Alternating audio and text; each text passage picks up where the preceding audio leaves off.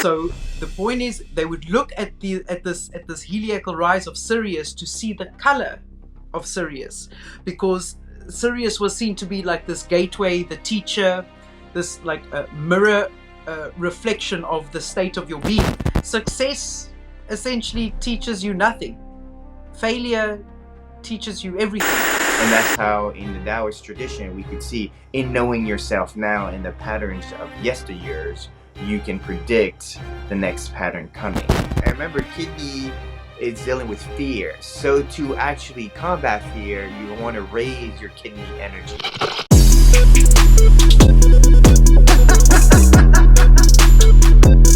It's lunacy. Lunacy is logic. With Lilith and Dr. Charlier. Welcome back, Cosmic Family, to another episode of Lunacy and Logic. Yeah. So welcome back. This is an episode with Dr. Charlier and my co-host Lilith in the house. Yeah. So let's get right on it to the pulse, everybody. So the pulse, I think, is feeling a little bit of a slippery, probably a little sticky, and some restlessness. Yeah, like the slippery, I feel like there's a loss of grip.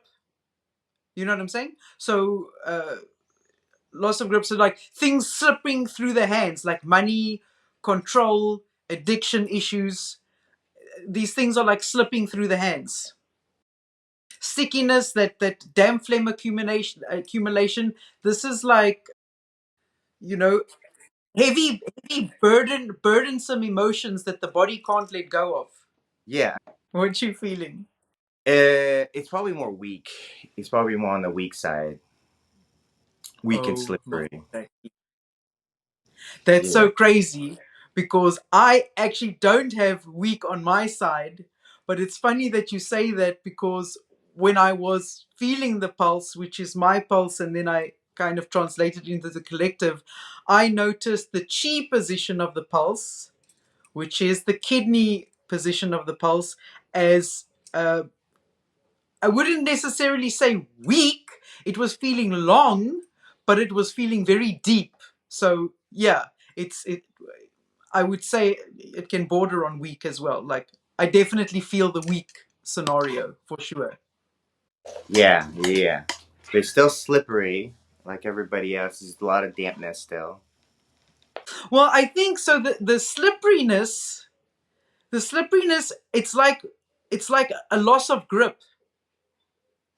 There's a something slipping through your fingers, like money is slipping through your fingers, or control is slipping through your fingers, or addictions are slipping through the fingers. Something is slipping through our fingers at the moment, and it actually ties in with your week, because why? I feel like this pulse is also like, overall, it indicates that the collective is like wrestling between exhaustion and being like overdriven. You know, we've had rapid the last few weeks, and now it's translated into weak. It's like gone down. It's like there's just that exhaustion after all the rapidness. Yeah, and that's why like there's a lot of retrogrades going on too. So it's almost like the energy is like doubling up, right? And so that doubling up energy is just kind of got us depleted. We're working at both ends almost. Exactly. And so that working on both ends, I feel like that is by its nature yin consuming. So you've got the dampness that is now transforming into this stickiness, where I feel like it's a heaviness of like some burdens that the body can't let go of. It's dampness that we have to get rid of, but the body is holding on to it. Yeah. Like in Chinese medicine, you have to use actually the water element to clear out a lot of this dampness, because a lot of the stickiness, what happens is it becomes sticky because of the heat. And so what happens is, like, as we're trying to process it, we're trying to process it with heat, with passion, with like doing work, rather than actually drinking water and then crying it out, right? Detoxing it out. So a lot of us have maybe this not enough detoxing that's happening because we're still like overburdened with all other things that we've had to process in the last couple of months from all the intensity of the energies. I hear you, Charlie. I mean, how's your burden clearing going? Mine's not clearing. Mine's still accumulating. I think I'm accumulating more than I'm releasing. Like we're not detoxing as fast as we're picking up or releasing the crap that we're releasing. And I think it's just, um, people still feel like there's a lot that needs to go on rather than like resting. And I think as a culture, we don't know how to rest and like recuperate or even like fully rest. So that's why like what we see a lot in pulses is we tend to see pulses that are deficient because we tend to overwork ourselves as a culture, as a civilization, as a planetary situation. Yeah, the Shen is restless. It's unanchored. I mean, I've been experiencing a lot of insomnia with this, but we have been speaking about, trust issues in God, which also stems from an unanchored Shen as well, Yeah, and which is and it's a restless mind as well, which is, I mean, classic Uranus in Gemini. yeah. There's a lot of moving action too, actually. I think the dryness is happening too because there's a lot of air and fire element. So that dryness Oh, that's contributes. causing the stickiness. Yeah, yeah. Because it's taking away the fluids and we need the fluids to like process the emotions, process the trauma. Exactly, exactly. At the moment, we're not. There's like you were right. Like I feel like humanity is going through some kind of a detox right now. Things are going to be falling away suddenly or unexpectedly, and others are feeling like very stuck and sticky in a situation. Still trying to hold on. Still trying to hold on for dear life. Well, people don't want changes. I think a lot of changes are happening, and people are um, getting riled up from change because the whole world is going through a very progressive change. A lot of things are happening, changes on the planet itself. So there, it feels like there's like trauma everywhere, right? And so people are like feeling extra rather than like letting it pass their mouth, right? Not feeling into it and becoming what everyone's feeling. Yeah, and I mean when we started off this pulse, I mean there was quite a lot of tension, mostly coming from my side. But the point is, nonetheless, that presence of tension I also take as a sign, you know. And I think that tension is also like this holding on letting go. The fact of the matter is, the question is not how to hold on right now. The question is, how do you let God hold you when you are not even able to hold yourself? Because this is what's happening right now. Shen is unanchored. You ain't holding shit. Okay. Yeah, and also just like learn to trust in the fall. I think people feel like it's scary to fall, but like you could fall gracefully. Falling doesn't have to be like a problem. It has to be, uh, like you can fall upwards. People have said this, right? You don't have to always fall down. I mean, some people can be professional fall, like the drunken master fighting. Like they act like they're drunk, but in the acting drunk, the falling, they're actually unpredictable, right? And that's what's really interesting about this idea that we're so afraid of falling, so afraid of like, which is ironic that we're moving into the season of the fall now, coming into Virgo season. We're now done with the summer season, so it's interesting that we're now moving into getting ready for the fall season. Yeah. So let's deal with this collective diagnosis that we have on our hands, and see where it's all coming from in the codes of destiny. Yes, let's go to the codes of destiny. We've got so much to talk about in the codes of destiny. I mean, we can't waste any time. Let's start off straight with a triple conjunction. of Jupiter, Venus, and Sirius that basically was exact the day after we published the last episode. Yes. And that was, do you know what day that was? Around what day? Around the 13th. So we published the last episode on the 12th of August. So this was around the 13th of August that conjunction took place. Yeah, yeah, yeah. It's basically considered God's New Year. So it used to be considered God's New Year, and it's actually a really important day. So what they used to do in ancient times is they used to they used to have to get up and watch the heliacal rise of Sirius. Usually it's like I think it's first Sirius and then Venus, or first Venus and then Sirius. I can't remember. I think it's first Sirius, then Venus. But this time round, we had Jupiter in the mix as well. So that's what made this time round special. So I actually got up at first at 4:30. I woke up and I was like, no, it's too cold and there's no ways I'll be able to see it now. So then I lay another 2 hours, and then 6:30 I got up to go see if I could see the stars, and it was so foggy, thank you Neptune, that I couldn't really see them clearly. I saw Sirius and I saw Venus, which at that time was, you could see it was conjunct with Jupiter. It looked like one star. In the sky, Sirius still looked like a separate star. Venus and Jupiter looked like one star. But the point is, the point is, you spoke about Taoism before. So the point is, they would look at this heliacal rise of Sirius to see the color of Sirius, because Sirius was seen to be like this gateway, the teacher, this like a mirror reflection of the state of your being.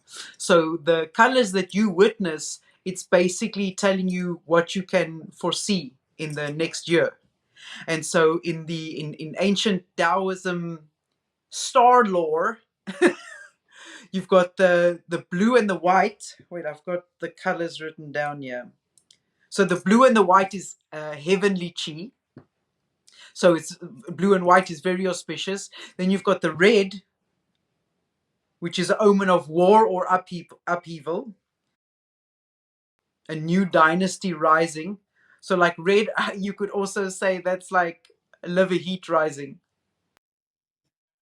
Yeah, or the root chakra. Yeah, it's almost like Mars related. Yeah. And then the greenish teal glimmers is growth chi and wood element blessing. So the Taoists actually believe that the color you saw depended on the balance of yin and yang at that moment in your body. So that's very interesting, because I feel like, as I said, it was smoke, it was foggy and everything, but I feel like the color I saw was white. And since white is not really an option, one can say maybe blue white. So I saw the heavenly chi, which fits in with my Kundalini journey and where I'm at with that. But you really can't be sure where. Yeah, it's I mean, really like the red would be liver heat rising, and then the blue would be something like maybe a deep yin or something like that, you know. Yeah, it really matches the doshas in Ayurveda, actually. Because the doshas, you're talking about blue, white is like ether and air, which is, I think, vata, I think. And then the spitta is like the fire and water, which is like the red you're talking about. And then when you're talking the green, is closer to like there's a water and earth, right? And that's the third dosha. And so these three doshas represent kind of like the three colors you were talking about. But it's also like in TCM, we have wood, we have fire, and then the last one probably could be metal, right? Like that ether. Well, it's the heavenly chi. They say it's the heavenly Yeah, chi. heavenly chi. Yeah. So you see, like these are like represented in even in our lores, but in general in our medicines as well, because we say how like we look at nature and show how it is reflecting our own internal nature. And so, like you're saying, we're looking at the stars to understand what is our current nature that we are moving into, so we know in predictability that like things are going to change next season, right? And that's how in the Taoist tradition we could see in knowing yourself now and the patterns of yesteryears, you can predict the next pattern coming. And so like you're saying, by recognizing the color of the stars, we're recognizing what's happening right now and what will be coming next, because we understand the cycles of time. Exactly. Yeah, so years two, hoping that what I saw was white and blue. Because I could definitely use some heavenly chi. And it's happening all in Cancer, right? Yeah, so it's again right now it's very important auspicious time. Cancer is water, right? And so when we're talking about a lot of water energy is abundant for us right now, so it is a good time for us to release the trauma with it, right? Because right now, if you're just drinking water, you could be just adding water to your body and water. What's it called? Retaining water. So, but it's also a good time for us to do the detox, as we were saying earlier from the poles, because if we're not doing the detox, then we're gonna go from sticky to dampness, right? Because there is this Jupiter with Venus, both attracting benefic and Sirius in Cancer. So it's a lot of water energy kind of allowing us to use that to like cry it out so that the trauma gets released with water rather than stay in the body and creates more imbalances. Yeah. And we will be addressing more ways to release this under the sacred medicine later on in the episode. Yes, yes. So stay tuned for that. So the other thing we experienced was the new moon. Yeah, it was a black moon, 0 degrees Virgo, which is the beginning of like the first bookend, because the last bookend is the new moon in 29 degrees Virgo, which is a very rare occasion. It's like every 8 years or something this happens. Yeah, but the one is an eclipse. The one is a solar Yeah. eclipse. So we're starting with the black moon, which I guess it is like releasing everything that we no longer need, right? And then we are moving to a solar eclipse to kind of manifest the new things that's going to fill what we've released. Yeah. So it's exciting time, yeah. But so you you were funny enough speaking about falling now. I have been noticing a lot of people falling. Now, I really noticed it taking like a step up in quantity and severity in injury from about the end of Leo season to the beginning of Virgo season. So now, my mom was even one of them. She fell and broke her radial bone on the left arm. Yeah, bro, it's been intense. So now I've been trying. So she came to me. She's like, "When is this energy over? Everybody's like falling themselves fucked up." And I'm like, "I don't know. Let me go check. Like, I don't know. It's not just one planet that it doesn't sound like." But so I've established. So Mars. Okay. So here's my assessment. Mars is like the immediate trigger. That's like going to be the trip or what causes you to fall. Mm. Okay. Now Mars has been in Virgo since the beginning of July, I think, or June, somewhere around there. But in August, it moved into Libra. So the point is, it has been, with all the falls, it has been in both Virgo and Libra. So Mars is just the trigger. It's not the main player, is what I can establish, because it's already changed signs and the falls continue, right? So then you go to Saturn, because Saturn is gravity. This is the thing that pulls you down. It's also the ruler of bones. Everybody's getting serious injuries in this fall. These bones are getting broken. So now Saturn entered Aries. When did Saturn enter Aries? A little bit before summer. Oh, since end of May. Yes, Yeah. a little bit before summer. So since end of May, and it's going to go back retrograde back into Pisces 2nd of September. So by the time this airs, it will already be back into Pisces. But the point is, while it's in Aries, so this is like Aries is the sign of destruction. Saturn is the planet of bones. So like destruction of bones through gravity that pulls you down, with Mars that trips you up. Okay. Hear me out here. Hear me out. I've got a whole thought process. And then you've got, of course, Uranus in Gemini also entered around 8th of July. So both Saturn entering Aries and Uranus entering Gemini are two big players in the falls, unfortunately, which tells me this stuff is not going away anytime soon. But Uranus in Gemini is that unpredictability, like unexpected instability.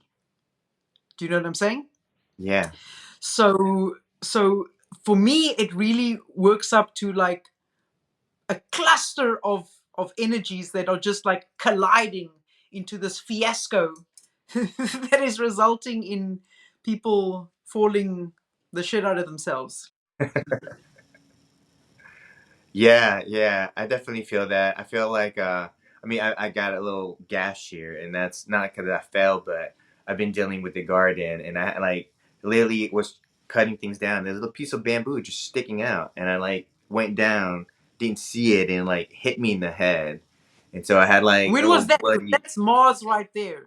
Yeah, that's like a couple days ago. And I was like, what is going on? Like, I'm getting attacked by bamboo. Now, it's just, I the yard is not the cleanest because my dad was a Taurus, which Getting is attacked by bamboo, of all things.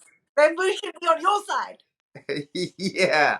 So I've definitely had to like take extra precaution around my yard just because there's a lot going on. Like, um, I was cutting things and then like I kind of nicked myself on like randomly on my foot. And I was like, how did I like even like do that? It's just random things, and I thought, I thought I was pretty good at like not being clumsy, but like in the last couple of days, I've had these weird incidents, not falling, but like physical accidents that happened to me. So, I don't know exactly if things are gonna get, worse, but I've definitely had to pay attention a little bit more to my physical energy. And so now that like things have cooled down a little bit, I'm gonna go back to, running a little bit more just because it was really tough to go running during the summer just because I would burn, and already I have that fiery Leo rising. And so during the summer, like if I exhaust too much fire, then I'm exhausting more of my fluids and my yin. So I've been trying to avoid doing a lot of exercise in the hot summer, which you're not supposed to do in TCM and Ayurveda. So I've had to like slow down myself. But I think maybe in that slowing down, like maybe the heat just made me miss things. So I like ended up like hurting myself a couple of times. But I guess Saturn, Well, have you been feeling any dizziness? not necessarily dizziness, but like overheating a few times, a lot of overheating.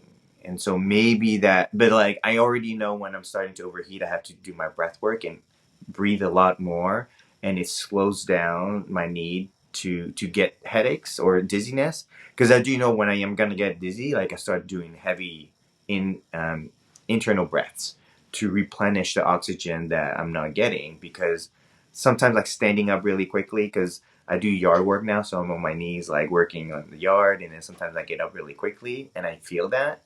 So a couple of times, yeah, I've been doing a lot of yard work because I'm preparing for the harvest, right? Because it is Virgo season, and the design of Virgo is a woman with a giant scythe cutting the wheat, right?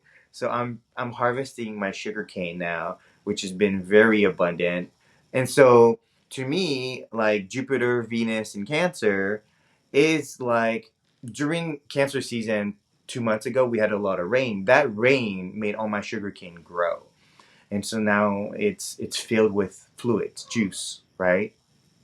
So now when it's summer season Leo, and then now going to Virgo, it's dry and hot. So there's not a lot of water to make these sugarcane taller. However, they're already ready to harvest because now that it's hot and sticky, right? Drinking some of this sugarcane juice, or what I call sweet bamboo, is going to add, it's because it's sweet, so it has the property of the spleen. So it's now actually adding more fluids, and it's getting the spleen to function more correctly to remove dampness. So it is trying to change the stickiness to a little bit more watery, and then that water is going to expel, maybe with the sweating or maybe with urination. Well, I think the stickiness also comes, now that you say all that, the stickiness also comes from the opposition that just happened between Mars and Saturn. But the point is, Oh Saturn yeah, in Aries and Mars as it went into Libra, but it was still in Virgo. So Mars is heat. Virgo I see as a cold sign, or maybe neutral, but neutral cold. Whereas Saturn is also a cold planet, but it's in Aries, the hot sign. So there's like a steaming that's happening and then a reduction to stickiness. That's like kind of yeah. the We're doing a sauce reduction. exactly. But ain't nobody want to let go. Yeah, we like what we're comfortable with, right? But we also had also like a trining, right, or sextiling or something where we have uh, Uranus in Gemini. We've got Neptune in Aries, right? And then we've got Aquarius. So it's almost kind of like we have this little. It's not a full Well, trine. It's and it's like not a just any skinny trine trine. because it's not just Neptune at Aries, it's the Neptune Saturn conjunction Yes, exactly. plus the Uranus, yes, and the Pluto, yes. They were all like at 1-2 degrees of their signs. Yeah, and they're considered collective planets, right? So to have like this crazy like I don't know what they call it. Like it's not a trine, but it's a sextile trine where it's like a very like skinny triangle where it shows that like because it is Aquarius, Aries. It just shows that there's a lot of potent collective energy. But in our personal planets, these are considered like source of power, source of spiritual resistance and rebellion. And we're talking about change, death, and rebirth. So these are very big transformational powerhouses in our charts. And that's why I think we're experiencing I guess our own version of an apocalypse, right? Where it's a revelation of things that we need to learn, and that's why we're experiencing the fall before the rise of the new energies. And I think the new energies is kind of this new. I feel like the divine masculine and feminine is like trying to find union again, but it almost has to release both. The masculine and feminines are releasing their I want to almost say like Stockholm syndrome, their comfortability with a system that doesn't make sense. And we don't want to let it go because it makes sense to us because nature, believe it or not, people don't think makes sense. Ironically, we've been plagiarizing everything from nature and saying that we are great, where we've just been taking from spirit itself, right? So I do feel like the things that we're releasing is like telling us, hey, you are a divine being. You are everything you want to be. You don't have to go search for these things, right? And for us to let go that we are everything we need to be is uncomfortable because I think the biggest like I think the biggest gaslighting of spirituality is that we're not worthy enough to be, period. Right? So we're constantly looking for like clothing to look good, foods Natal or Chiron in the first house in yeah. Taurus over here. So you get it. Yeah. Like we've been searching for the thing. Right. But that's why like I feel like this is teaching us that like we have to let go of these limitations that's telling us we're not worthy because I do feel like these celestial major planets are telling us that we have power within us. But now I think maybe like I think experiences are happening to us for us to exercise these gifts. So I think as much as it feels scary, one side of the coin is this destruction, but this destruction comes with the apocalypse of revealing truth to us. And so now it's up to us on how we're going to integrate things. So that's why I think these major, and that's happening to the entire planet itself, because these are major collective celestial alignments. So it's not just us personally, it is the collective. And then so the other alignment that we've got coming, it's actually coming up. So we've been discussing alignments that we've lived through up until now. Some alignments that are coming up, of course, is the sun that is going to conjunct the south node and oppose the North Node. This is happening on the 10th of September. So this is basically like obviously the South Node. Oh, by the way, this is basically the North Node is basically still conjunct my Sun. So this is like a 1 degree from my Sun. No, So it's been perfect. interesting. Everything is conjunct my planets. Everything. So we're gonna experience, because I have my sun in Virgo, so I'm gonna experience that sun conjunction Virgo around my birthday, right? And I'm gonna hit that south node in Virgo on my birthday. I'm 13 degrees sun, right? So it's a slight conjunction, but then you have the North Node and all that stuff going on in Pisces. But it just shows for us we are the nodes. Like this show we're doing, Lunacy and Logic, is the North Node, South Node in Virgo and Pisces. It's like we are like doing God's work, but we're either lunatic or we're doing it logically, right? That Virgo Pisces cusp. And so I think these North Node South Node right now is very potent for us, and that's why I think why we've been pushing ourselves to really like push these episodes out, just because this is a time where we are kind of representing that North Node South Node Virgo Pisces energy right now. So that's been a fun thing for us to kind of like share in with everybody. But also, like any Virgos and Pisces, you're all are feeling this as well. Well, so the thing about this conjunction and opposition, it's almost like, so with the conjunction with the South Node is there's definitely a letting go or like a walking away. Okay, but the point is this opposition with the North Node at which is at 18 degrees Pisces.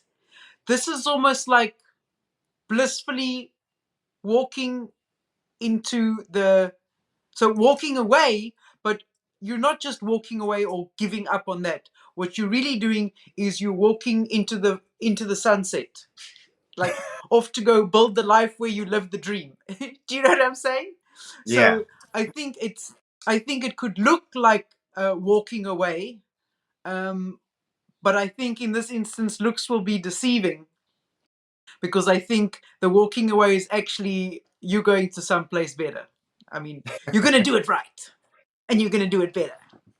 Yeah, we're sunsetting the old world that we all complain about, right?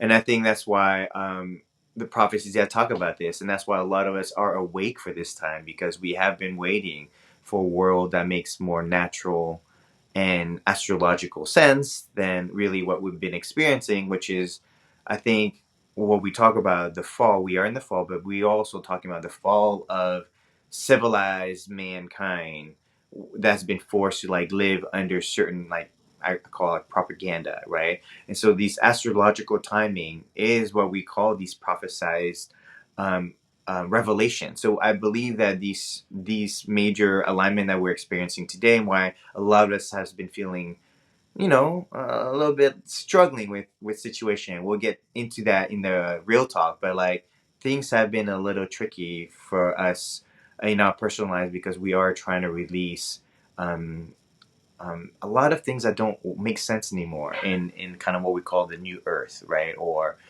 where we're experiencing more spirituality in our daily lives, and many habits or routines or things that we thought was comfortable for us, spirit doesn't like it. Spirit says no, this is not a spirit, this is not spiritual. And I think we are being asked to face what it means that certain things are no longer considered spiritual things that we should be doing. And then, of course, 2 days later, after that fiasco, or what what might look like a fiasco, we've got none other than the Cassini moment with Sun conjunct Mercury at 20 degrees Virgo. And I think we just need to acknowledge this date, um, and everybody needs to really pay attention to what happens around this date, because I do believe this is where the startup to the solar new moon eclipse at 29 degrees Virgo, at the end of Virgo season, I think the build-up starts here, And 12th that of date was September. Sept- the 12th of The 12th September. of September. So Yeah. after September 11th, okay? We all know it in America. So that's the Cassini moment. So something is going to be communicated that will be the start of the build up to that solar eclipse. But the solar eclipse we'll talk about in the next episode. Wow, interesting. Okay, okay. It's gonna be an exciting month for my solar return. I'm waiting. I'm patiently excited to see all these transits. So yeah, I mean we've both had interesting birthday months because the next thing that happens 16th of September, or 4 days after that, of course, Uranus retrogrades back to 0 degrees Gemini. Mm, Another reason to look at what is going on around that time, because obviously 0 degrees of any sign is the pure energies of that sign. So once it hits 0 degrees Gemini, once again, it's going to be telling you what you can look for or expect. Who knows what to expect with Uranus, but anyway, what to expect, or the trends coming up in the next 5 to 7 years. That's the one side of the retrograde. The other side of the retrograde is that, yes, it retrogrades to 0, but it's heading straight back for Taurus. So the point is, while you pay attention to what's happening at 0 to see what's to come, you need to realize that there's another opportunity that's going to crop up that you didn't take previously for whatever reason. Now it's going to be the last chance to take that opportunity. I believe you will take it. You take it now, and then, you know, you're already on your way into the sunset. So yeah. this is the opportunity that is really going to, I think, give you the hope that that sunset will work out in the end. And I do believe this possibly us looking at our own financial assets. I think there's going to be a lot of conversation around finance, and people are talking about cryptocurrency already, and all these different kind of concepts of money, even cashless society, digital currency. I think right now the digital and really the money conversation, people talk about bringing gold and silver back to the finance conversation. So I think again, pay attention. I think this retrograde will be very interesting for the financial and the because that's very Taurian. But I also think farming and food are also kind of having a last like announcement as like Uranus retrogrades back all the way to Taurus. And after that is going to peak back into Gemini, where Gemini is all about what? Information. So I do think that we're going to get like I think what is has been financing things are kind of getting a revolutionary last bit of like, okay, let's stop financing systems that are hurting humanity, mankind, because Uranus represents that like spiritual rebellion for mankind, right? For humanity. And it's moving to Gemini, which is all about communication. So I do think things that have been hidden from us is going to be overly communicated to us. And we're going to have to deal with both disinformation, misinformation, real information, and that's I think why like a lot of us are releasing because we're preparing to have like an empty bowl to prepare for what comes with Uranus being in Gemini and like getting new types of information, news, or hidden history from our own lives. So I'm excited for that. Yeah, I mean, it depends on what kind of hidden history you've got. Like, if there's skeletons in your closet, then I don't know if that will be so good. Yes, yes. So I hope you've done your work. I don't know if I've done enough, Charlie, or have you ever done enough? I know that's why we're retrograding. Like, have we done enough? Well, let's retrograde and see if you've done enough. Yeah, no, exactly, exactly. In case there was any doubt. Exactly. But so on that topic, because the point is that hidden information or whatever could just as easily be something very shameful. You know, the walking away that's happening that appears maybe to be like a quitting of sorts. This could be also perceived as failures. So let's discuss these things in keeping it real. Yeah, let's do it. Let's keeping it real.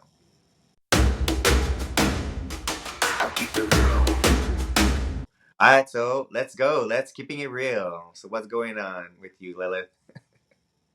No, I thought since we've got all this heavy and stickiness, I thought let's get into the thick of it, Yeah. okay?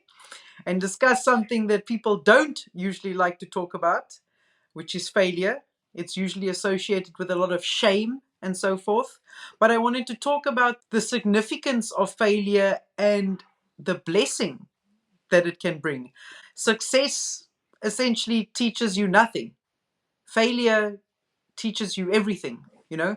Yet everybody is talking about success, and nobody's talking about failure. But the fact of the matter is that success, more often than not, was achieved after some failures.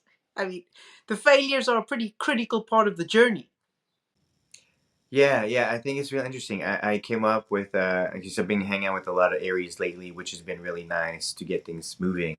And I had a revelation. I was like talking in Aries. I was like, you know what, Aries, you guys don't make mistakes. And they're like, what? They go, yeah, because technically, if you're the only one trying anything, you're not making a mistake. You're the only one trying something, right? This is where while like Aries are really good at like the first one to do something, they're considered sometimes the fool because they don't know any better, so they'll try. And in their trying, they're learning. They're curious and they're learning in that process. We consider it failure because we get to do hindsight and go, oh, well, if he did it this way, right? Ironically, though, in the moment, no one is choosing to do something. Only the Aries goes, yeah, I'm going to do something, right? And I think, if we were to learn anything, it's like, let's learn a little bit from that brave Aries that says that, like, actually, if we are leaders and we are doing something that we've never done before, like bringing in this new earth that we're talking about, then technically anything that we try to do is considered the falling up or the stepping stones to getting to that utopian earth that we talk about. But in that process, we actually have never experienced it, so we're going to today we call it mistakes, but maybe we say like we're going to make a lot of lessons, bullet point lessons, as someone says. Virgo is all about bullet point lessons. So like you're saying, it's like we have to start seeing a lot of our mistakes. I think it's really interesting. Like original sin, I believe, is actually the only thing that was made from this original sin was to believe that sin exists, mistake exists, failure exists, and that you have to be judged good and bad. And because of that, that's created us to a place now where we just think everything could be bad because we are imagining all these bad scenarios, and that stopped us from doing anything. And so that's why you're like what you're saying about shame and failure is actually ironically the lessons that we need to reach where we need to go. I mean, that's a Virgo thing, actually. Virgo thinks sixth house is all about routines and structure. And that, ironically, people say that like Virgos are looking to find perfection at the end of their goal, which is true. But in the end of that goal, we get bored because we're looking for something else to fix, right? And so, ironically, for us, we're always in the adventure and journey, never at the end goal, right? So, like you said, the end goal doesn't teach you anything because at the time you're at the end goal, you're like, great, I have nothing left to learn. So, ironically, if like in during the Virgo season, we tend to get bored when we have nothing to evolve. So we go back and try something new to then do the whole falling, learning to get to that perfection, right? So maybe actually the mistakes gets us to that perfect moment. So maybe the mistakes are part of the perfection. And that's the Virgo path. And so that's why Virgo gets that sixth house, because if you get in that sixth house, you can only do one thing at a time every day until that routine is perfected, right? And that's where I think we're moving into is like, what are we cultivating as new skills that are more aligned with our spiritual affinity or spiritual goals? That is amazing because that actually ties it very nicely with what I wanted to say, which is, I mean, essentially what you're saying is that, you got it. That's exactly why they say you have to enjoy the journey. not the destination. Because what you're saying is, as soon as you get to the destination, you're setting off on another journey for the next destination. So most of the time, you're on the journey, you're not at the destination. So if you don't learn how to enjoy the journey, you're pretty fucked. Yeah, that's it. You just you're pretty fucked. There's no ends, buts in there. Well, if you don't enjoy the journey, you're not going to enjoy life. Yeah, fair enough. Exactly. Yes. And as far as the failures go, I also see them as pretty crucial. If you think about like climbing a staircase, say the staircase got like 30 stairs. You can't just jump from the first stair to the 30th stair. There's no ways. It's physically impossible. Saturn, gravity is going to pull you down. Not going to let you get there.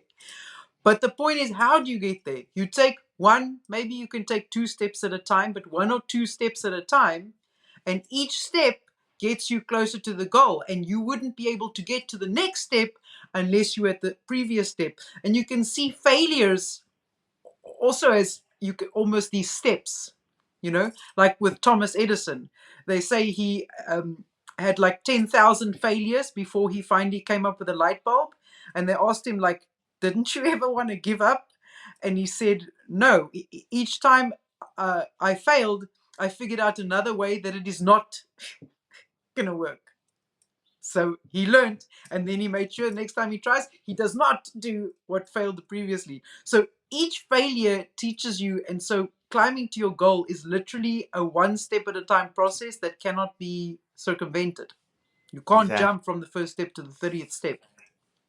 Exactly. And the deeper meaning of that too is imagine if it takes you 10,000 steps to something, and the more you go, well, that's too many steps to do. I don't want to do that. Is you choosing never to reach those goals, right? And that's kind of where I think today a lot of people have lost passion in their goals because they're like, oh, that's 10,000 steps. I just can't do it. But 10,000 steps, taking one step at a time, one day at a time, doesn't feel like 10,000 steps, right? It's kind of like saying, like for me, I like even you, right? Both of us were taking this 4-year degree, right? You can count up the hours of how much we're going to be studying. And if you introduce that to somebody, oh, it's going to take 3,000 million minutes of studying, that feels overwhelming. But if you're like 4 years of your time, you're like, okay, 4 years goes by much faster than 3,000,400 minutes, right? It just to show that even describing the project that we are taking on can feel very overwhelming versus you just go, no, no, it just takes one step today, two more, don't worry about more step, right? And maybe sometimes that's where like Aries is so good at like, this is what I think is really beautiful because that's surrendering, right? If you are like, well, if it takes 3 million steps as a Virgo, I'm probably going to go, well, that's 5 years divided by this many times hours, right? And we can be overthinking it and then going, no, I don't even want to take one step because it's too much work. And so this is why it's very beautiful to actually kind of lean in and go surrender. When people say surrender to God, like sometimes you're like, I don't want to know that it takes 3 million steps. I'm just going to trust God that God told me just go that way today. And then tomorrow he might say go that way today, right? But after 3 years, you'll notice that like, wow, I've taken 3 million steps and I never knew where I was going, but I trusted and surrendered that every day I would enjoy this journey. And usually we say with God, because it is in that divine connection that we feel like everything's fun. Otherwise, if you really do feel like things are happening to you, you're not necessarily connected to God. I feel like you feel like God is punishing you. Versus like I feel like when we are one with God, things are happening because we are choosing to be on the journey. You know, as far as my experience of failure, I mean, I feel like we've both had this kind of experience, but you can talk more your side now. I'm sure we have to hear it. But the point is, like, from my perspective, with everything that happened with this spiritual journey and leaving my cushy corporate job and basically, pursuing the spiritual path that requires devotion, and at first doesn't have the glamorous lifestyle that I'm used to leading, in terms of the finances and the freedom and so forth. And so, I've been through this time period where I'm being perceived as a failure. I don't know why I'm being perceived as a failure by these motherfuckers, as if I can't go out and get another job. Do you know what I'm saying? And earn more than what they're Yeah, earning. yeah. But the point is that's not going to work for me. Do you know what I'm saying? My spiritual, I've had this, you can say, calling, and it's not really a calling, rather than this is what you have to do. This is what you came here to do, and this is what you have to do, because if you don't, your soul's out. It's out, and it's going to come around and do it again, and try give it another shot if you don't want to do it. So so I don't feel like I've really had much of a choice, but I know what I'm doing. I know where I'm going, and I'm not going to let other people's perception of my failure, including my own, because sometimes these mother chuckers get to you and tell you and make you think that you failed as well. And then you've got to remember, like, wait a minute, I'm not a failure. I've had to come to terms with that. But the point is, the rest of the world has not come to terms with that yet. And so, it's difficult walking through life knowing or thinking that other people are perceiving you as a failure and really not being able to do anything about it. I mean, that's a surrendering that's required right there, because what other people think of you is really none of your business, first of all. And the reason why it's none of your business is because they don't know shit about you. So God made it none of your business because it's all wrong anyway. What they're thinking about you, chances are it's wrong because they haven't walked a mile in your shoes. They don't know what's going on in your head. And so they're really not in a position to make any kind of judgment. Number one. Number two, they also are contending with their own traumas and their own projections and their own shit that they've got going that is giving that perspective, which you have no control over. I mean, even if you're doing everything perfect, they're still going to have their own traumas and projections forming this filter as to how they perceive you. So what you can see is you really have no control over what other people think of you. Even if you act the best of your ability, you can't get through the filter of their own traumas. So, it's really important, I think, not to think of yourself as a failure because other people are thinking of you as a failure, or other people see you as a failure. Do you see yourself as a failure?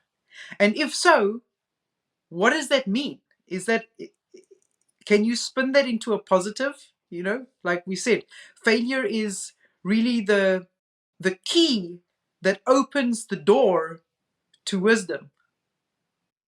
Yeah, and I think again, I think people who use the word failure and look at people with failure are those who actually are not even willing to try things. My vocabulary doesn't have failure. When people like say they like failed, I'm like, no, you haven't. You have more tries, right? So, that's because I'm a video game designer and I played video games a lot in my life. And what I've learned in video games, number one thing is you always have more lives. You always got more lives. Yeah, because you do. You always have more lives. Because to me, like, and this is where like we can go deeper to spirituality, but like we, I believe, are having our lives. We're playing our games in our sleep. And then when we wake up is when we're actually living out the experience that we had in our sleep. And that's why we have these ideas of deja vu. And so I believe that whatever you're living in the present moment of reality is the best timeline you chose to experience from all the like trial and error you've experienced in your brain. And so really like the more we realize how powerful this moment of being in the moment and choosing what to do and not to do is like the power of your whole entire reality. because it's in the moment of now that you get to make decisions, right? And so like failure is only like a snapshot of you in your journey, you know, and that's where science is also at. Science only takes picture of where it thinks, you know, things have come from. It doesn't see where the future is going.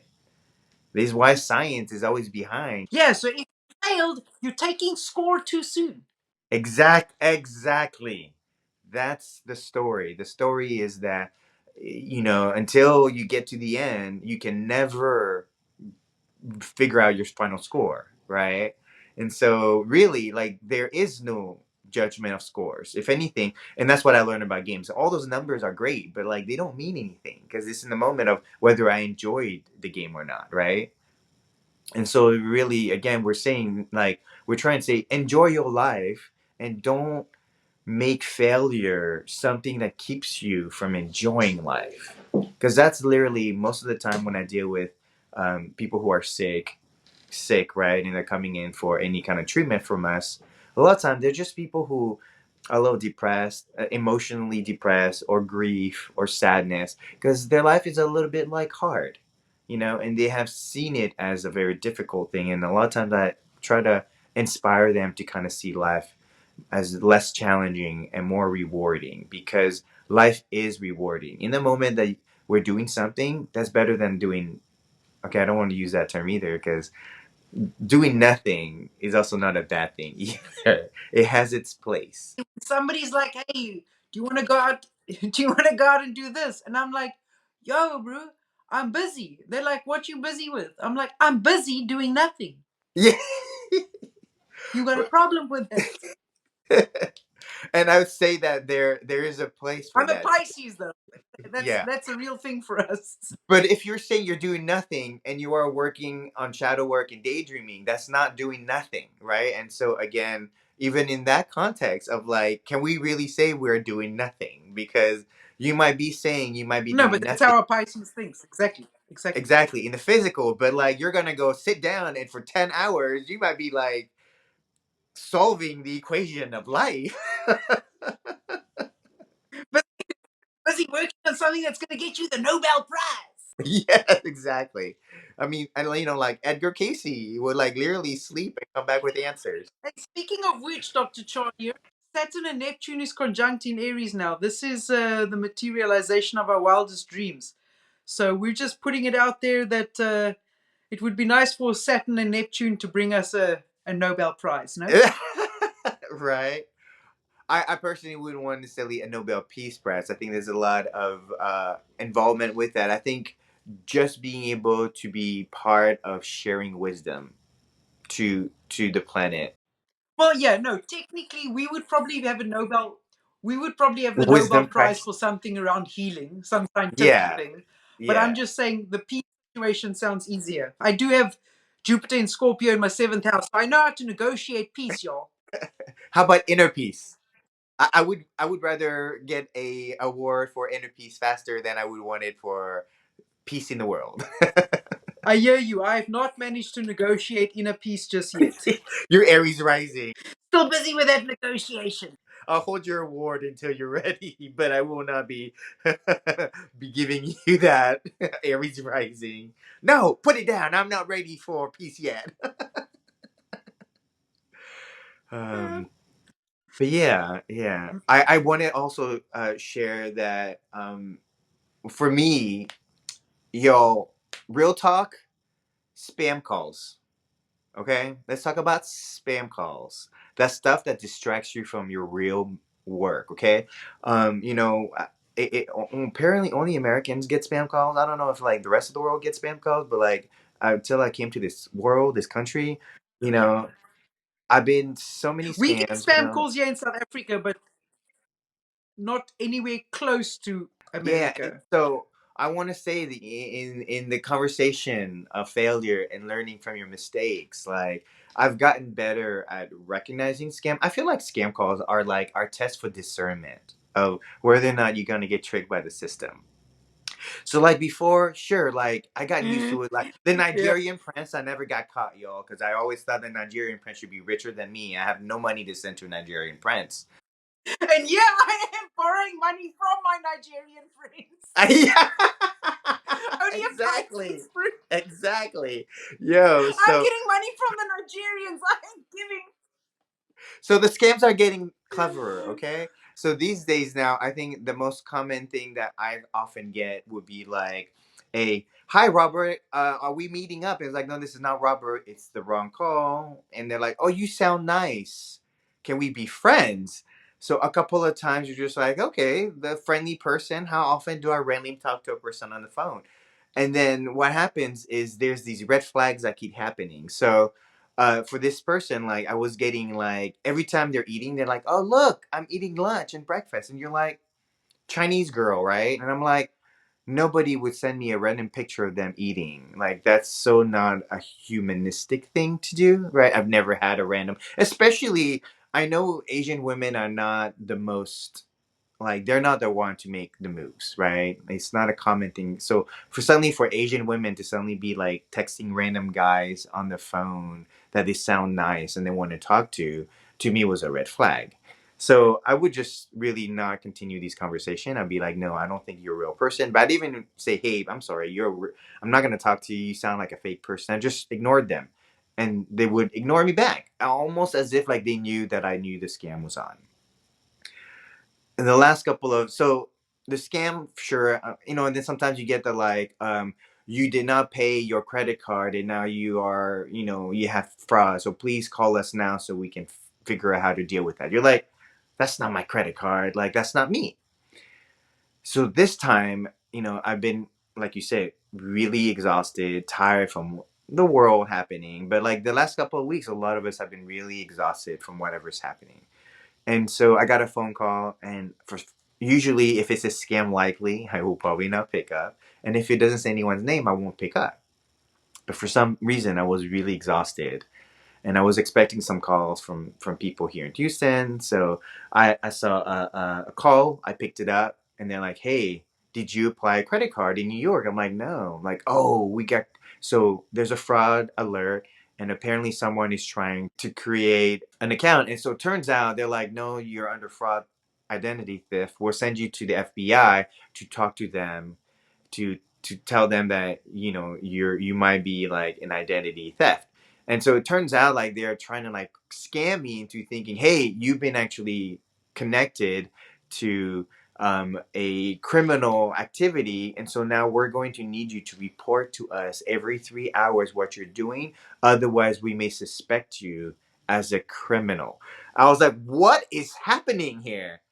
And so this began went on for a day or two, and I talked to my friends, and they're like, Charlie, you might be getting scammed. Like, always think the FBI or people who are authority are scamming you. And I'm like, oh my God, why didn't I think of that?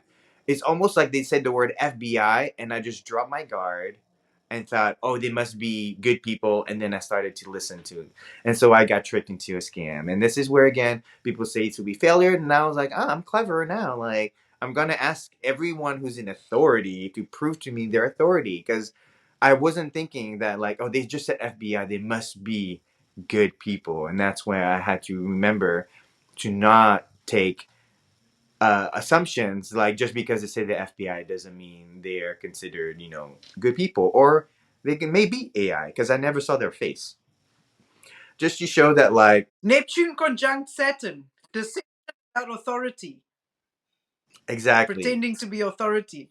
Exactly. So I totally got riled up. It totally messed with my energy. And as soon as like I called the FBI and told them, "Hey guys, there's this person that's claiming to be you." They told me, "No, it's not them." And then right away I felt so relieved. But yo, like I was so exhausted that I let one of these stupid calls get through, and I wasn't thinking, and suddenly it affected my energy.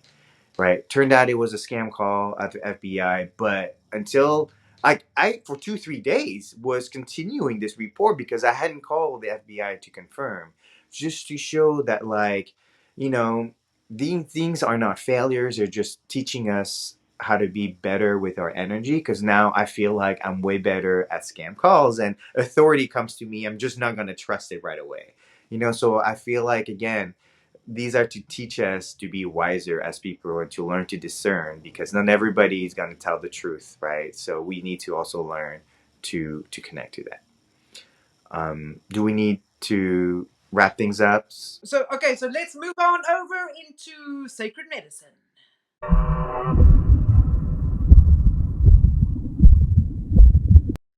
So we want to really, so the sacred medicine, we're really looking to release the shame, get rid of that heaviness and that sticky failure. It's a sticky failure.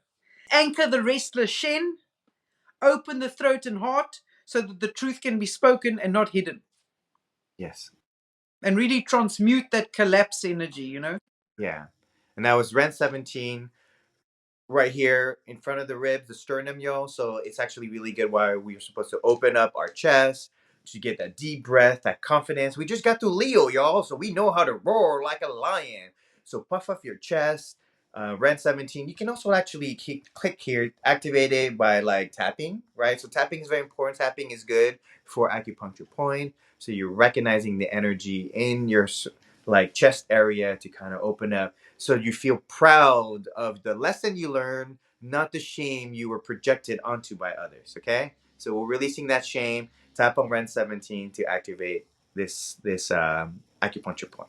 Well, I mean, you can pair that one with kidney 27 Oh yeah, because yeah, where yeah. that Okay. one really expands Yeah. your heart space after the collapse of the failure, you expand the heart space. You can really pair that with kidney 27 to really pull up the courage from the kidney and unburden that heart space a bit.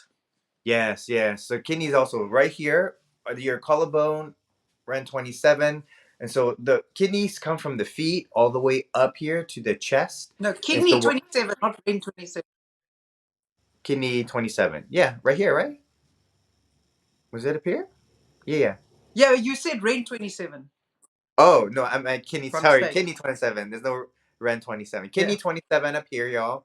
And so the kidney points comes from the feet all the way up here. And remember, kidney is dealing with fear. So to actually combat fear, you want to raise your kidney energy. And so kidney 27 up here next to the collarbone. If you tap that and here, you're kind of creating a triangle, right? So this triangle of power here will give you that power to release your fear, your shame, whatever makes you afraid, so you can actually stand tall, breathe deeply, and feel confident that you make no mistakes. You're just learning and being curious about the experiences that you're having. Yeah. And also we've got some yoga poses. So the two yoga poses, you do them together. So child's pose, which will teach us humility in this process. As you bow down, you're bowing down without shame. And then you've got the camel pose, which is more like a rising pose, which is almost like a counter to this shame collapse. It really opens the chest and the heart. And so when you do these two together, you're really activating the cycle of the rise and the fall. It's like the embodiment of the rise and the fall. Yeah, exactly. And the other good thing to be is, once again, a good thing to eat, for instance, would be like lotus root. Lotus root, it's coming from the mud, which is that failure that you bring out into the light and becomes nourishment. So the similar thing that works in addition to lotus root is also sweet potato for that Mm, same purpose. yes, yes. Oh, love sweet potato. I wanted to read a meditation focus quickly. A quick meditation focus. This is quite a powerful one I want to read. So visualize sitting before a closed temple door. In your left hand, hold a failure that feels heavy, shameful, or sticky. As you breathe into Ren 17, the chest center, imagine this failure glowing with light, turning into a key. Use the key to open the temple door. Step through and notice that the door only opens because of the failure and not in spite of it. Awesome. Thank you for the beautiful medicine. And now we're going to close with our temple space.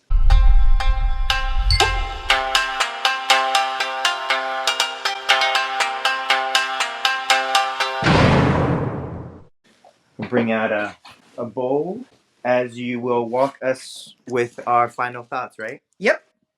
Okay, cool. And this is the throat, where kind of the energy goes up to the throat.